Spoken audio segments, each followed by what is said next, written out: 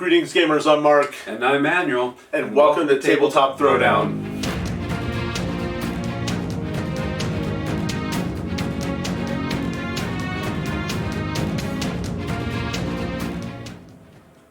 Manuel, here we are. How you doing, buddy? Pretty good. How are you? I'm doing all right. I'm trying to adjust to the time change still, and I'm just not a happy camper that it's dark at 4:25 in the afternoon. Yeah, that time change is rough when it happens, and it's hard to get used to it being dark by 5 p.m. Yeah. That's just very... Yeah. And on top of that, in our neck of the woods here, we've been getting a bit of this solid overcast gray for a couple of weeks now. Yeah. And it's kind of been getting me down a little bit. I could stand some sun, I think. I think I could too. Yeah, that seasonal affective thing is real. It's for real. Yeah. So, what do you have for us today? Okay, so today we're going to be talking about a recent Kickstarter that I received from a company called SmokyCreation, and these are Cardyhedron spinning polyhedral dice, metal spinning polyhedral dice, which is a class of spinner dice, which we'll talk about a little bit more in detail later. Basically, the Cardyhedron is 6 spinner dials on a zinc alloy base, the exact size of a credit card. The original polyhedral had 6 different dice on one card, a D4, a D6, a D8, a D10, a D12, and a D20. But later on during the Kickstarter, they unlocked an all D6 option and an all D10 option for those games that can use that sort of thing. In the end, there was 6,067 backers pledging $277,000 and $125 for the project. The Kickstarter launched on November 28th of 2024 and closed on January 1st of 2025. The production began shortly thereafter, around February 21st of 2025, and then the deliveries began in early July of 2025, with most backers receiving their pledge by around August or September of 2025. So, I'm familiar with Kickstarters. Did they come in a variety of colors? Were they only metallic? Did they have stretch goals to offer to you more like options? How did it work? Well, basically, the Cardyhedrons come in 6 different metal base colors: starlight silver, antique bronze, shining gold, etc., different colors of the bases. And then each Cardyhedron could be had in a selection of as many as 7 ink colors for the numbers, the numerals, as well as a no ink option. You could get them without ink in the numbers.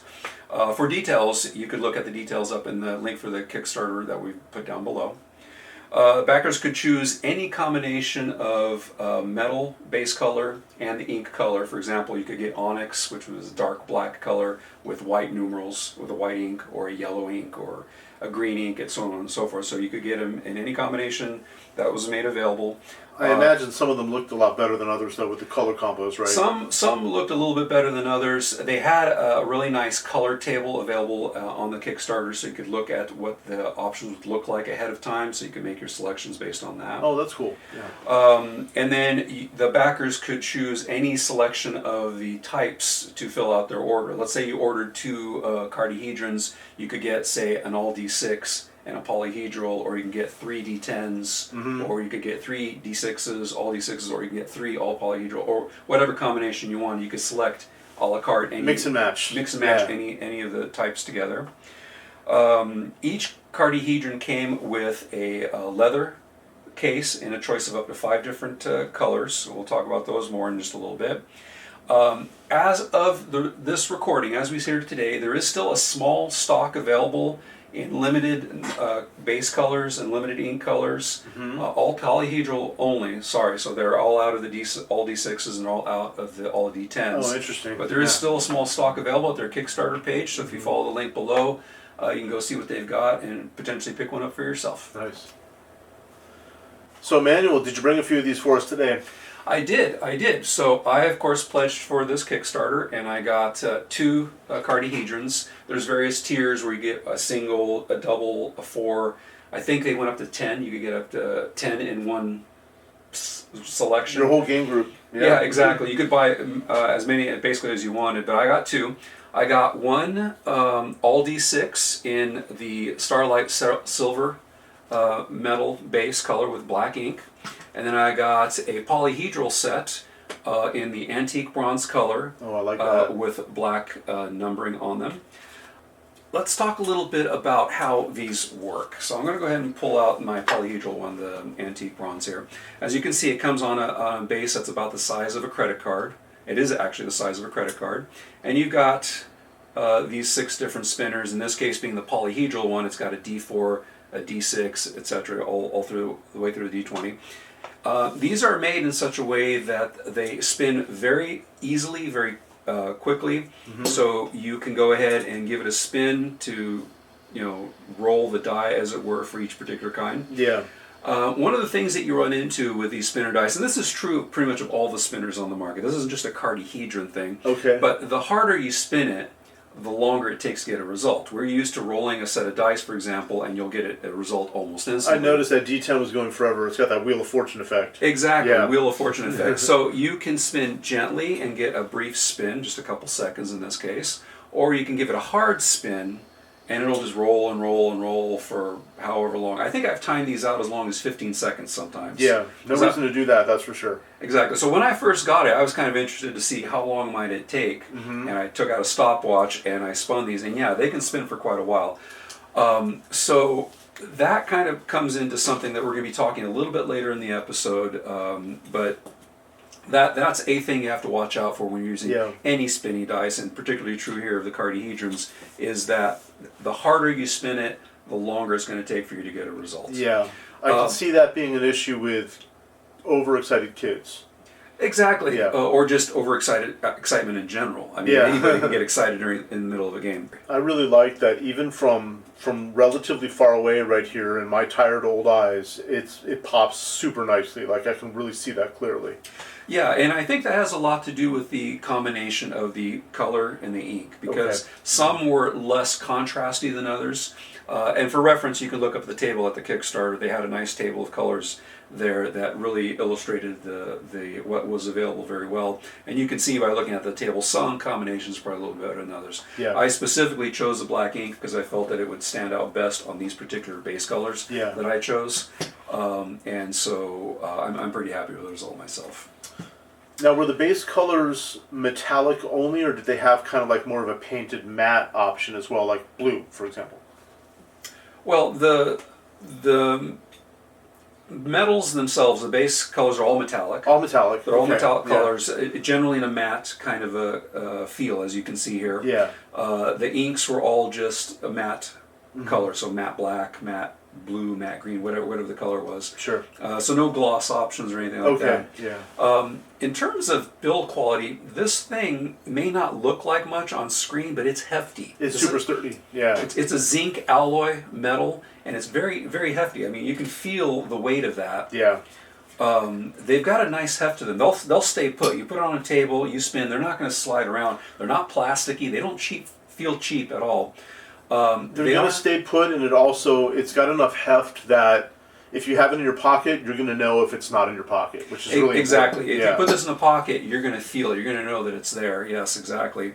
The metal is a nice matte finish, smooth, not textured, and yet it feels, I don't know, it's hard to put a finger on. It's kind of grippy. You can. It's not something that's going to go sliding out of your hand. It's not glossy or super smooth. So the build quality on these, to me, feels really good. I like the feel of these. They feel very nice in the hand. As nice as the Cardyhedrons themselves were, I was rather disappointed with the leather cases that came with them. So each Cardyhedron came with a leather case, and you had a choice, as I said, of 5 different colors. This was the cocoa color, sort of a medium brownish, very leathery looking color.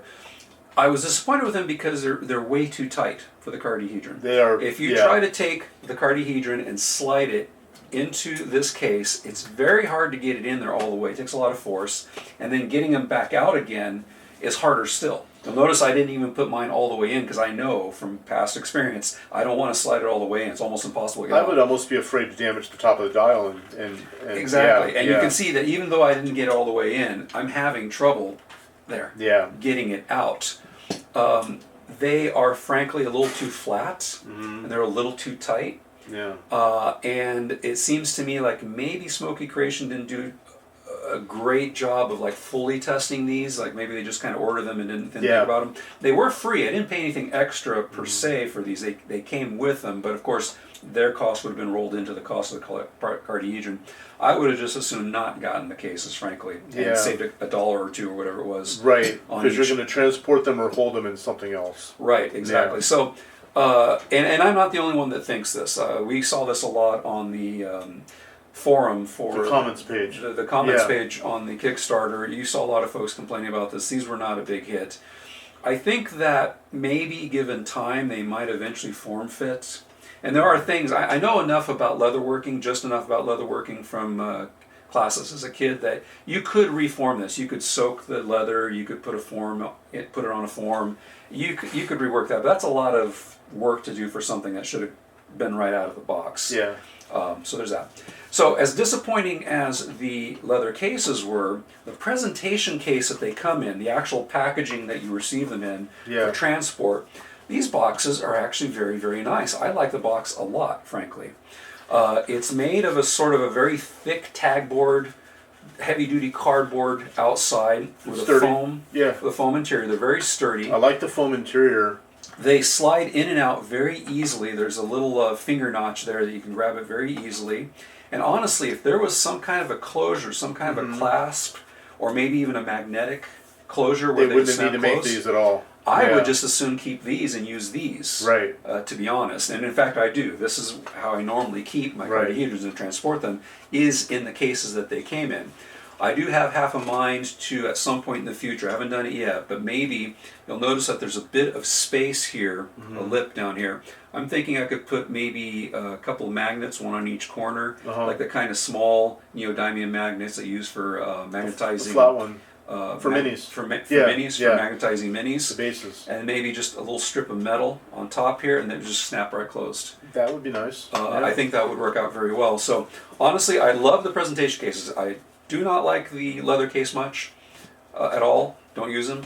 But the presentation cases are very neat. A So, flexible black hair tie would hold this together too. or any whatever you need any to do. closure Yeah, mechanism will yeah. work out pretty well. So that's the basics there of the polyhedrons themselves, Cardyhedrons themselves. I like the quality. Yeah. So Manuel, when it comes to competition, are there a lot of spinner dice or spinner dials on the market? Well, sure. Cardyhedron, while they did a really good job and are very, I wouldn't say unique, but kind of a fresh take on the spinner dial concept, spinner dice or spinner dials have been around for a long time. Since mechanical ones have been around since the 20s, 1920s, and spinners of various kinds have been around us around in board games and things like that forever. But ever since Cardyhedron's Kickstarter came out and wrapped up early in 2025, I've been seeing an uptick, a large increase in the number of spinning dice or spinning dial dice that are out there on the market. So if you go to like Amazon and do a search on spinner dice or similar search term, you'll find hundreds, maybe even thousands at this point. So like I said, they're not at all unique. And so there's lots and lots of different styles and brands on the market. I've seen a spinner dice that looks like a dragon. It's in the form of a dragon's face with a spinner on it. A lot of them are probably 3D printed too. Not great quality necessarily, but 3D printed. Well, yeah, and there's a lot to be said about that. I'll get back to that in a second. But yeah, there's lots of different styles, different types. I've seen cubes, for example, where each face is a spinner, for instance, which is kind of a cool concept, actually. And so it runs the gamut, and I would encourage the audience members to just go out there to Amazon and just have a look themselves. But quality can vary quite a bit amongst the various different brands. Because build quality matters for these things, and we'll be discussing it in more detail in a little bit. But the Cardyhedrons, for example, basically are built with ball bearings, little micro ball bearings in them. That's why they spin so smoothly. Yeah. Some of these dice on the market out there are basically just sliding parts. They're just a metal plate spinner on some kind of pivot or something on the base. They don't spin very smoothly. They don't spin very much. So the quality varies. So buyer beware in regards to all that. Another site that's going to have a lot of options, and some of them probably highly rated, is going to be Etsy, because there's a lot of creative types, whether they're printed or made in another manner. as he's probably going to have some good options too, if this is a little out of your price range. Exactly, and the Cardyhedrons are a little bit on the pricey side. They're about $60 a piece as of current recording. That's about what I paid for them during the Kickstarter. A lot of the spinners that I've seen are a bit less than that. They're probably in the $20, $30, $40 range, but the old adage holds that you get what you pay for. And in terms of the build quality and the feel, I've noticed that the Cardys feel they're very well made. And some of the ones that are on the market out there, when you read the reviews, especially on Amazon, you read the reviews, you can tell that some of these, although they may look nice, they don't really work all that well. So buyer beware, check the ratings, check the reviews before you make a purchase. Yeah, I think these would last a lifetime of role-playing if you purchased one. They feel like they would, yeah. So, Manuel, people often complain about their dice or favor their dice. Do these roll pretty randomly from what you can tell? Did you notice any variance where you're like, oh, these numbers are awfully low or these numbers are awfully high? I know it's very hard and subjective to determine that, but how do you feel about the rolling process? Well, that is an excellent question, actually, and it did come up in the comments section on Kickstarter. Some people noticed some issues with their Cardyhedrons. Let's take a step back for a second and talk about the issue of fairness or randomness in the as it applies to dice and or spinners in this case. Every physical object that you build, and polyhedral dice are no different, there's no such thing as absolutely perfect. The dice that you buy over the counter at your local game store, for instance, there's always small fluctuations in density, in dimensional tolerances, all these things that together add up to the fact that that die isn't 100% fair. Yeah. Any mass-produced die that you can buy on the market will have some tiny little bias. Now, it'll be a fraction of a fraction of a fraction of a percent, but it's always there. Now, the complaint that has come up regarding the Cardyhedrons in particular, and this by extension applies to all spinning dice, is that the tolerances on these is such that they aren't absolutely perfect. They, in other words, wobble a tiny little bit. And sometimes if you hold it just right and spin it just so, you can see that effect. And I can reproduce it on a couple of dials, not all of them, but a couple of dials, where it's spinning and then all of a sudden it'll start spinning back the other direction. That's a balance issue. And to be straightforward about it, no, these are not all perfectly balanced. These are a mass-produced product. There's over 6,000 backers on the Cardyhedron Kickstarter, most of which probably bought multiple units. They probably ended up making, SmokyCreation probably made in the order of 20 to 30,000 of these or more. Right. And when you manufacture at that volume, at that scale, it's very difficult to hit perfection. It's almost impossible in any case, but especially when you're in mass production. So the question then, in my mind, goes to this. Are they fair enough to be used to produce random numbers for a game? Sure. I would say that these are, by and large, at least my particular units, and I've only got the two to work with, so I've only got the two to look at, but my two, I feel, are balanced enough to do the job. And here's why. These aren't designed to be spun vertically like this. They are meant to be spun flat on a tabletop. So on a flat surface, you're not going to get that rollback effect that I just demonstrated. And that can happen with these. So a DM's going to have the dial down rule when people are playing. Exactly. You should use these properly, just like you should roll normal dice on a flat surface or on an enclosed surface, so you don't get cocked dice and things like that. Likewise, the rule for these, or a rule of thumb, I should say, for these would be roll them flat, because they are designed to be rolled flat.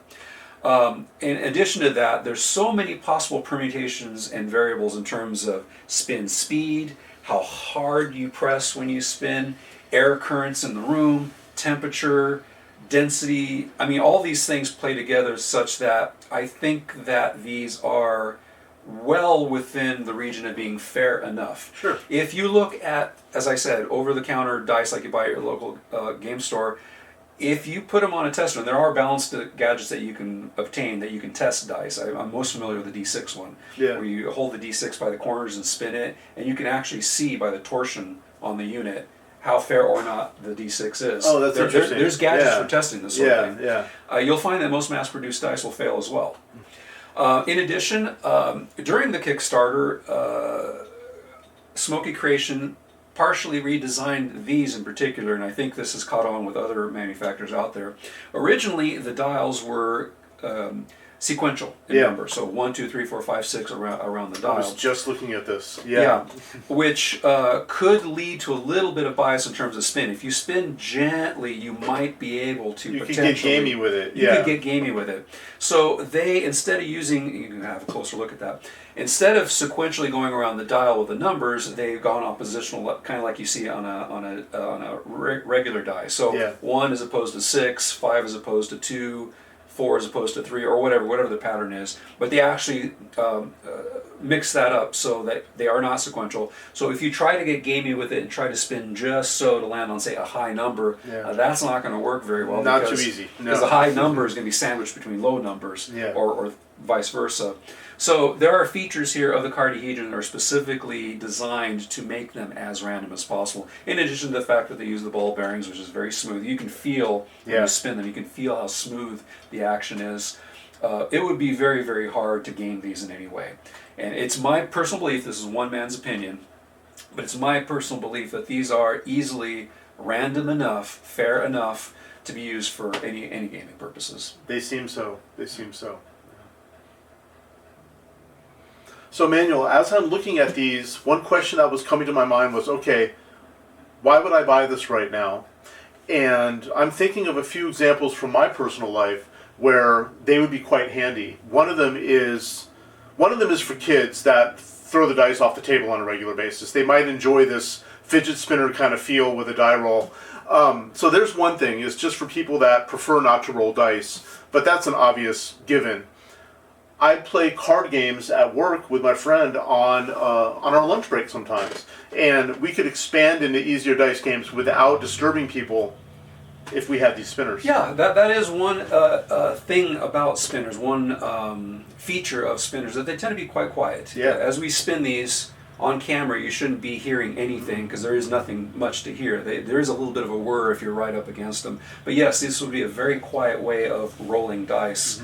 Another nifty feature of this is that you've got a full set of polyhedral dice, D4 through D20, in one place. They're all here. You're not going to be missing a D6 or, oh, where's my D12 or whatever. They're all here.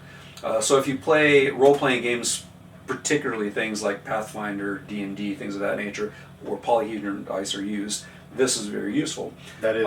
I really liked the idea of the all D6 here, because a lot of the games that we play very typically use D6s, and that's what drove my decision to get the D6 here. So having basically a handful of D6s all right here in one place, that can be rolled quietly, as in a case like in your case where you're playing at work or someplace where quietness would be a bit of a premium. There's a variety of niches where these fit, aside from just the joy of them, because you mentioned fidget earlier, and these are very tactile. They're fun to spin. They're fun to roll with. When I first got these, I must have spent a couple hours just spinning them, just for the feel of it, the fun of it. They're fun, just straight up to work with. So yeah, there's lots of different factors that could come into play that would make this a good fit for someone. One other that comes to my mind, when I occasionally read the Board Game Geek forum or the Board Game Geek Facebook page, every now and then people write in and say, what can I play on an airplane or a train? We're going to be traveling, we're going to be flying, it's going to be a super long flight.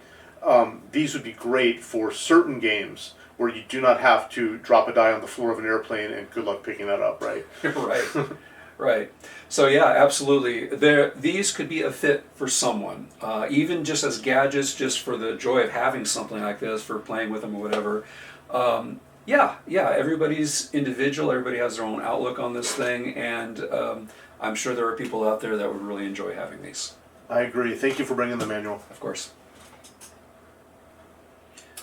So folks, here we are, all wrapped up. We hope you enjoyed that. Please feel free to leave us comments down below. What do you think about the Cardyhedrons or the concept of spinner dial dice in general?